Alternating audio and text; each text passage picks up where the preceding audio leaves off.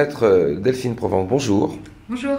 Vous nous avez accueillis dans votre bureau et vous êtes spécialisé dans l'aliénation parentale, ce qu'on appelle finalement le syndrome. Alors ça fait peut-être peur le syndrome, hein, c'est un peu barbare. On peut tout simplement parler d'aliénation parentale. Parce que qui dit syndrome dit maladie, donc c'est vrai que... C'est vrai que c'est un terme psychiatrique qui peut effrayer de prime abord. Ouais, et d'ailleurs qui est peu accepté de manière générale, d'après vous. C'est un terme assez controversé, effectivement, hein, assez décrié, essentiellement en raison de son fondateur, hein, Richard Gardner, oui. qui fait un peu polémique, qui ne fait pas l'unanimité. Rappelez-nous d'ailleurs l'historique, puisqu'en fait on ouvre ce dossier avec vous, donc... Alors, très simplement, hein, sans rentrer dans les détails, le syndrome d'aliénation parentale a été diagnostiqué par un pédopsychiatre américain, Richard Gardner, au début des années 1990.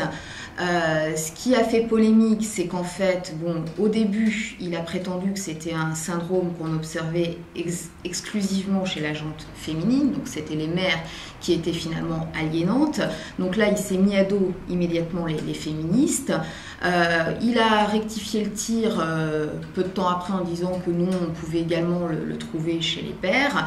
Enfin, donc déjà, la première croisade, les féministes qui lui ont mis le grappin dessus, notamment parce que on lui prêtait des accointances avec les pédophiles, que comme quoi il soutenait les thèses de déviance sexuelle.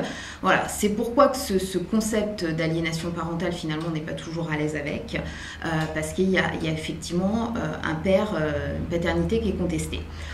Il faut savoir quand même que ce concept s'est extrait de son auteur, qu'il a été repris par des psychologues dont les compétences et la réputation ne sont plus à démentir. Donc c'est vrai qu'on s'est un peu détaché de cette origine. Aujourd'hui, l'aliénation parentale est un concept reconnu. En France, on a encore un peu plus de mal, essentiellement au niveau de la justice. En revanche, la Cour européenne des droits de l'homme manipule, use et reconnaît cette expression. Je rappelle quand même ce qu'on appelle par aliénation parentale. L'aliénation parentale, ça renvoie à un processus où on va assister au ralliement d'un enfant vers un de ses parents en vue de rejeter de manière massive et très tranchée son autre parent. Le contexte de l'aliénation parentale, c'est la séparation d'un couple qui est hautement conflictuel. Ça, c'est le terrain de prédilection. Et ce que l'on constate, c'est qu'il y a un des enfants qui va être finalement pris en otage par un des parents, qui va être monté contre l'autre. On assiste à un véritable lavage de cerveau de cet enfant qui perd son libre arbitre, sa faculté de penser par lui-même, et en fait il est piloté, c'est un véritable enfant soldat dans ce sens où il est programmé pour orchestrer la destruction de l'autre. Mais ça, c'est donc les cas les plus flagrants, il y a des cas plus sombres. C'est dans les cas, en fait, généralement, on dit qu'il y a 3 stades d'aliénation parentale. Le stade numéro 1, finalement, il est naturel. Il se constate à peu près dans tous les cas de rupture. C'est normal, quand on se sépare, il y a les affects qui rentrent en compte, on en veut à l'autre et tout, et donc on n'est pas toujours très objectif, et on peut, par maladresse, et c'est compréhensible, dire du mal de l'autre en présence des enfants. Ce stade numéro 1, il se vérifie à peu près dans tous les cas de séparation. Il est normal, il est naturel, il ne doit pas inquiéter en tout cas qui que ce soit. On a un stade numéro 2 où là effectivement, il doit préoccuper à la fois les parents et aussi peut-être les intervenants, que ce soit judiciaires ou associatifs, parce que là on va avoir des premières manifestations effectivement de rejet, ce qui fait que l'enfant finalement va changer d'attitude de manière assez radicale. Et il va y avoir des manifestations assez perceptibles de refus d'aller vers l'autre et finalement de volonté de rompre le lien. Vous soulignez que les mouvements féministes s'étaient emparés du sujet, mais peut-être Gardner aussi, en disant que c'était plutôt les femmes qui procédaient ainsi, appliquaient une certaine logique. Ce sont les femmes, la plupart du temps, qui ont la garde des enfants. Donc fatalement, c'est plutôt les femmes qui vont œuvrer dans un sens ou dans un autre. Et puis, rappelons aussi que depuis de tout temps. Je pense que l'influence d'un parent par rapport à l'enfant contre l'autre parent a dû exister. C'est pas un phénomène nouveau. Ça existe depuis qu'il y a des divorces et des séparations, sauf qu'il y avait moins de divorces avant. Voilà. Oui, non, mais je suis d'accord. Alors sur le fait effectivement que le parent aliénant est la plupart du temps féminin, puisque la garde est plus facilement accordée aux mères, c'est vrai, sauf qu'il y a quand même des mutations assez récentes qui sont visibles, et on est de plus en plus aussi en résidence alternée, ce qui fait qu'il y a une répartition quand même des droits de garde qui tend en tout cas à modifier la balance.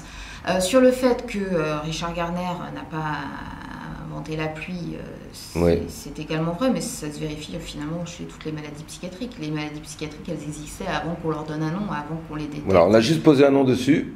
Voilà. Est-ce que c'est vraiment une maladie? Oui. Selon moi, c'est une vraie pathologie. Donc le mécanisme, qu'on soit très clair, le mécanisme d'aliénation, c'est celui d'aliénation mentale de tout individu, sauf qu'un enfant est beaucoup plus fragile, comme dans le cas des dérives sectaires où on va laver le cerveau de gens qui sont fragilisés. C'est exactement la même chose. C'est exactement la même chose, et de toute façon le lien est systématiquement fait. Quand vous faites un peu des recherches, que vous lisez des articles, il y a toujours un parallèle qui est fait entre le processus de l'aliénation parentale, qui, bon, je le rappellerai, consiste à amener un enfant à s'allier fortement avec l'un des parents, puis à rompre tout lien affectif avec l'autre, mais sans explication valable.